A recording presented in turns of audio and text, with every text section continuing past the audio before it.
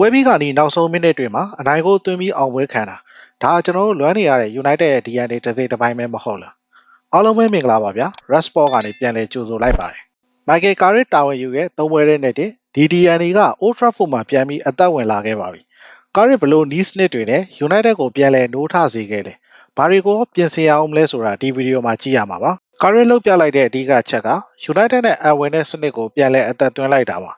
လေးနဲ့သုံးတဲ့ကစားကွက်ဆိုတာUnited ကစားသမားတွေရဲ့အသွေးအသားထဲမှာရှိနေပြီးသားပါကန်စီမီရိုကခန်းစစ်ကိုကာကွယ်တယ်ကိုဘီမိန်နူကဘောလုံးကိုချိတ်ဆက်ပေးတယ်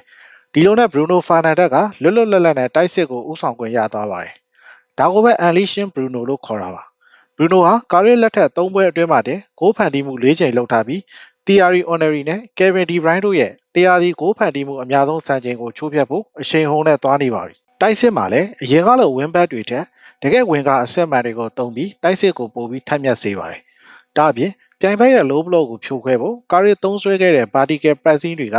United ကိုပို့ပြီးမြန်ဆန်တဲ့တံမြန်တိုက်စစ်တွေကိုပိုင်ဆိုင်စေခဲ့ပါတယ်။ United ဟာအရင်လိုအတင်းလိုက်ဖိနေတာမျိုးမဟုတ်ပဲကိုယ့်ဘက်ချက်မှာချစ်ချစ်လစ်လစ်နဲ့ခံစစ်ဆင်ပြီးပြိုင်ဘက်ကိုပါပါနဲ့တံမြန်တိုက်စစ်ဆင်လာတာတွေ့ရပါတယ်။ဒါပေမဲ့သုံးပွဲဆက်နိုင်ရုံနဲ့အသင်းကိုအမွှန်းတင်ဖို့စောလွန်းနေပါသေးတယ်။ဖူအန်တဲ့ပွဲမှာမြင်ခဲ့ရသလိုနှစ်ကိုးပြတ်နိုင်နေတာတော့ပွဲပြီးကဒီမှာခြေပေါက်ကိုတွေပေးလိုက်ရတာအနိုင်ရလက်ကိုအေးအေးဆေးဆေးမထိန်ချုပ်နိုင်တာတွေကကာရီပြင်ဆင်ရအောင်မဲ့အချက်တွေပါ